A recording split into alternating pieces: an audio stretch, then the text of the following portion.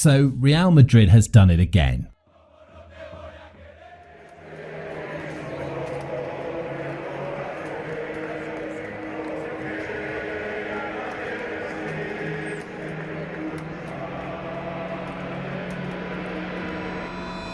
The most successful club in European football history has reached yet another Champions League final after another historic and highly controversial semi-final clash against Bayern Munich. Now, over the past 10 years, Los Blancos' incredible run has earned them 5 Champions League titles, 4 FIFA Club World Cup titles, 3 UEFA Super Cups, 4 La Liga titles, and numerous domestic cups during this long spell of sustained greatness. However, their path to glory has often been shrouded in controversy. Time and time again, Real Madrid benefits from favourable refereeing decisions at crucial junctures. The latest allegations surround the Champions League semi-final tie with Bayern Munich, where the Spanish giants were fortunate to escape red cards, survive preposterous offside calls, and see favouritism rather than their footballing abilities play a huge role in their success.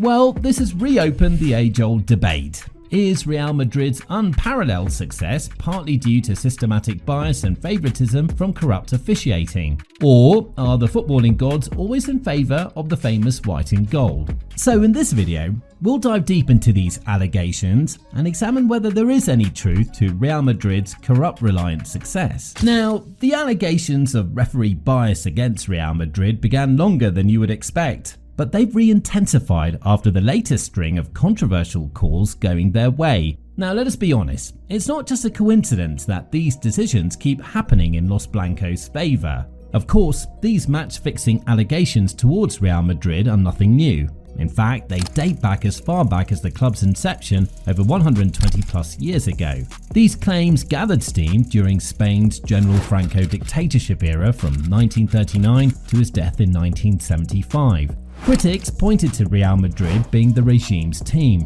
the favoured sons who received preferential treatment from dictator-appointed referees. Franco's rule was based on dialects, centralisation, and linguistic homogenisation, traits more likened to those of the Castilian royals than the Catalan separatists. Rumours also have it that the general orchestrated the infamous Alfredo Di Stefano's move to Real Madrid in the early 1950s. The Argentinian was already bound for Barcelona and had even trained with the first team before an incredible turn of events sent him to Madrid. It was during the 1943 Copa del Generalissimo, currently known as the Copa del Rey semi-final, that things really got murky. After the 3-0 comfortable Barcelona win in the first leg at home, the city of Madrid and General Franco were shaken, and they restored his pride in the most controversial way possible. Right from the first half of the second leg, Barcelona were awarded a red card and then conceded 8 goals to Los Blancos at half-time. 4 more goals in the second half saw the match end on a laughable 11-1 scoreline, making it the biggest win and the biggest robbery in Clásico history, as Madrid progressed to the domestic final on an 11-4 aggregate win, arguably one of the most controversial wins in football's history. However, the narrative that Real Madrid owed its success to Franco was largely over-exaggerated. During the 1950s and 60s, Los Blancos were arguably the greatest team in the world, winning 5 consecutive European Cups between 1956 and 1960. Add to that their 14 La Liga trophies and 6 domestic cups under Franco's dictatorship. As the decades rolled on, so too did the incidents and accusations of Real Madrid's cosy relationship with referees. Convenient penalty calls, unfair dismissals of opponents, blatant fouls ignored, the list of perceived injustices grew each season. Franco's regime was not just glued to exciting football, he demanded success, and Real Madrid gave it to him in grand style, putting Spain on the map worldwide. That's not to say that there is no truth in it. Franco, of course, had some influence domestically, but it would be criminal to suggest they owe all their success to him. Chief among the allegations was the 2017 UEFA Champions League quarter-final clash against Bayern Munich at the Santiago Bernabeu. After falling to a 2-1 loss in the first leg, Bayern Munich came into Madrid hoping to mount a quite impossible comeback at the home of the most feared European football juggernauts. Unfortunately for the German giants, they were up against Real Madrid, who had the referees in their pockets all game long. After pulling one back from a Lewandowski spot kick early in the second half, the events later on were absolutely disgraceful. First, it was the 84th minute harsh second yellow card on Arturo Vidal's clean lunging tackle on Marco Asensio. But Casemiro, who literally fouled every red shirt, only got a yellow card all game and a slap on the wrist. And as the game wore on into extra time, things went from bad to worse for the visitors. In the 110th minute, Cristiano Ronaldo put the game out of reach, scoring Real's third goal while he was clearly offside in the build-up. 2 minutes later, Cristiano would get his second goal after tapping in Marcelo's assist. But yet again, Ronaldo was miles ahead of the ball, with the linesman turning a blind eye to rule out the obvious goal. The true definition of horrendous officiating. As Bayern CEO Rummenigge described it, "For the first time, I feel this mad anger inside of me. We've been cheated is the true sense of the word." Now, this was another clear case of daylight robbery, and the Spanish giants got laws readjusted in their favour. The same tale repeated itself the following year in a game popularly tagged as the robbery of the century. It was the 2018 Champions League quarter-finals, Real Madrid against the Italian heavyweights Juventus. 3 goals down in the first leg, it was all said and done in the second leg as Real Madrid were one step into the final. But Juventus won't go down without a fight. Mandzukic's first half double and Blaise Matuidi's second half goal put Juventus back on track to make it into the final 4. Well, that's what they thought until the 93rd minute. An obvious dive from Lucas Vazquez in the box was deemed a penalty, an absolute joke of a decision that had the old lady roaring like a wounded lion as Gianluigi Buffon received his marching orders after confronting the English referee Anthony Taylor.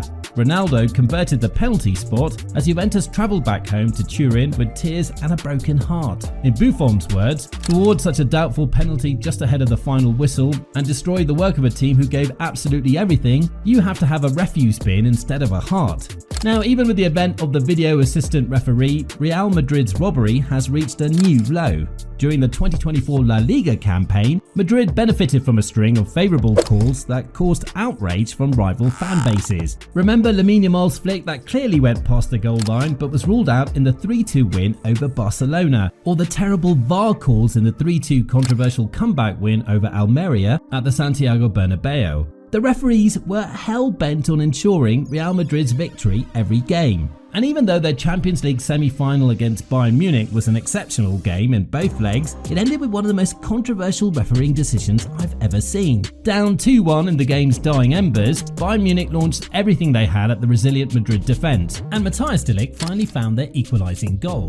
Well, that was what everyone thought, until the linesman raised an offside flag way before the play even ended. Because the referee had blown his whistle before the goal, the VAR couldn't review and count the goal that would have kept them in the tie en route to the UCL final. Even though the linesman admitted his error to de Ligt, it was too late, as Bayern were knocked out of the tournament. He went on to describe the on-field referee decisions as absolute garbage. I don't want to say that Real Madrid always has the referees with them, but that made the difference today. And it wasn't just the non-calls that proved controversial, it was also the numerous favouring calls Real Madrid has had in destiny-defining moments. But of course, all these incidents are just one big coincidence, right? Well, not quite. Of course, one game's controversies alone would not be enough to trigger such outrage from those football lovers watching on right now. But the truth is this pattern has been repeated consistently over the years. Cold and hard data also back up these conspiracy theories, and these numbers clearly support referee accusations of pro-Real Madrid bias. And these stats have logical explanations that I want you to comprehend. Let's start with Real Madrid's curiously low rate of red cards at the old and new Santiago Bernabeu stadium. Data shows they receive an average red card once every 50 home league games. For reference, that's roughly half as often as traffic officers hand out parking tickets. Then we come to the delightful matter of penalties awarded. Since 2015, Real Madrid has benefited from nearly 100 penalty calls across all competitions, racking up spot kicks at pivotal moments, and at that rate, it's clearly not a coincidence, but rather systematic favouritism from referees. This is more than just mere luck, it's obviously manufactured refereeing calls. And speaking of luck, Real Madrid seems to have it in spades when it comes to having opponents' players dismissed. Over the last decade, an incredible 40% of Real's wins after opponents had a player sent off occurred in games where the red card was a debatable decision. The statistical anomalies don't end there either. Whether Real has staggeringly fewer fouls awarded against them per game, their opponents receive way more yellow cards, or disagreements with referees earn opponents fines. The numbers always lean disturbingly lopsided in their favour. Of course, this is all pure coincidence rather than evidence of darker forces helping football's most successful club. Numbers don't lie, but they can be easy to misinterpret when you want to believe in grand conspiracies. With so much smoke, it's only natural that whispers of fire have started spreading about alleged corruption in Real Madrid's favour. After all, favourable decisions this frequent couldn't be just dumb luck, or could they? There are those who darkly insinuate that referee organisations themselves have been compromised by criminal forces. What potential conflicts of interest could explain such a consistent pattern of generosity towards one team? Your guess is as good as any to explain these coincidences. Some wilder conspiracy theorists even point to questionable ties between certain referees involved in controversial Real Madrid games and the club itself. Surely, their critics are just seeing phantoms and bogeymen when there are none. Clearly, there's no way any football governing body could ever allow itself to be swayed by corrupt outside influences in this hugely lucrative global sport. That's just the ramblings of imaginations running wild. Well, unsurprisingly, Real Madrid strongly denies and dismisses any and all allegations of wrongdoing or favouritism. Well, of course they do. You can't really expect them to willingly tarnish their own immaculate legacy, right? The club's stance remains that its overwhelming success, domestically and across Europe, is simply down to having world-class players, incredible resources, and a winning mentality.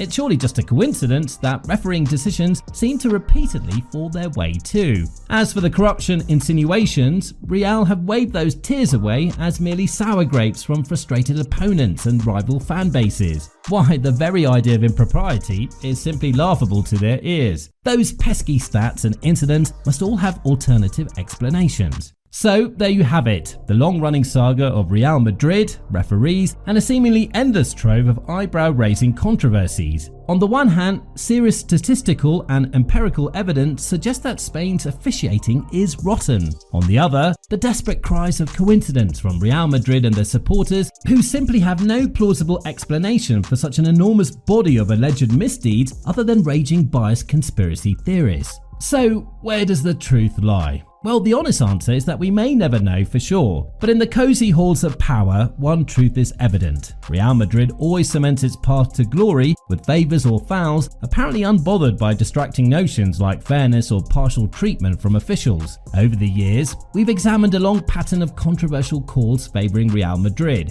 Still, I'm sure it's all just an absurd coincidence that nobody is orchestrating behind the scenes. But the volume of perceived injustices is staggering, from Bayern Munich's criminal refereeing to Almeria's disgraceful officiating and many other historical incidents dating back decades. I think maybe it's time we blame the referee's incompetency rather than staining the famous white and gold badge with fallacies. Now, we're allowing our enthusiastic viewers to make their own judgments on this pattern of controversies. Were they all incredible coincidences? Or do they point to Real Madrid's corruption, which cannot exist in a global sport we all love? Well, let us know your thoughts in the comment section. And one thing is for sure, any lingering allegations questioning the integrity of this beautiful sport are damaging. The governing bodies of humble altruists prioritise totally rooting out any potential impropriety. Only then can the beautiful game's pristine ethics and love for this exciting football game be restored again.